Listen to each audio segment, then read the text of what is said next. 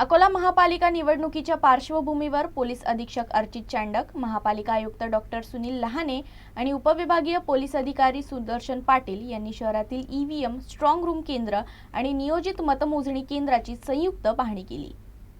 अकोला महापालिका निवडणुकीच्या पार्श्वभूमीवर पोलीस प्रशासन आणि महापालिका प्रशासनातील समन्वय अधिक मजबूत करण्यासाठी ईव्हीएम, स्ट्रॉंग रूम आणि मतमोजणी केंद्राची संयुक्त पाहणी करण्यात आली। पोलीस अधीक्षक अर्चित चांडक, महापालिका आयुक्त सुनील लहाने आणि उपविभागीय पोलीस अधिकारी सुदर्शन पाटील यांनी खदान येथील शासकीय गोदाम, जिजा हॉल, मराठा मंगल कार्यालय, पोलीस वसाहत हॉल तसेच जिल्हा परिषद हॉल इथं भेट देऊन आढावा घेतला। यावेळी निवडणूक प्रक्रियेदरम्यान पोलीस बंदोबस्ताचा आराखडा, मतदान केंद्र परिसरात कडक सुरक्षा, उमेदवारांच्या नामनिर्देशन अर्जाच्या शेवटच्या दिवशी होणाऱ्या गर्दीचे व वाहतूक व्यवस्थापनचा याबाबत सविस्तर चर्चा करण्यात आल्या। प्रशासनाकडून आलेल्या सूचनांच्या आधारे संबंधित अधिकाऱ्यांना आवश्यक मार्गदर्शक सूचना देण्यात आल्या। दरम्यान महापालिका निवडणुकासाठी मनपा आणि पोलीस विभागाच्या वतीनं एक खिडकी योजना कार्यान्वित करण्यात येणार असून नागरिक व उमेदवारांनी याची नोंद घ्यावी असेही आवाहन निवडणूक प्रशासनानं केलं आहे।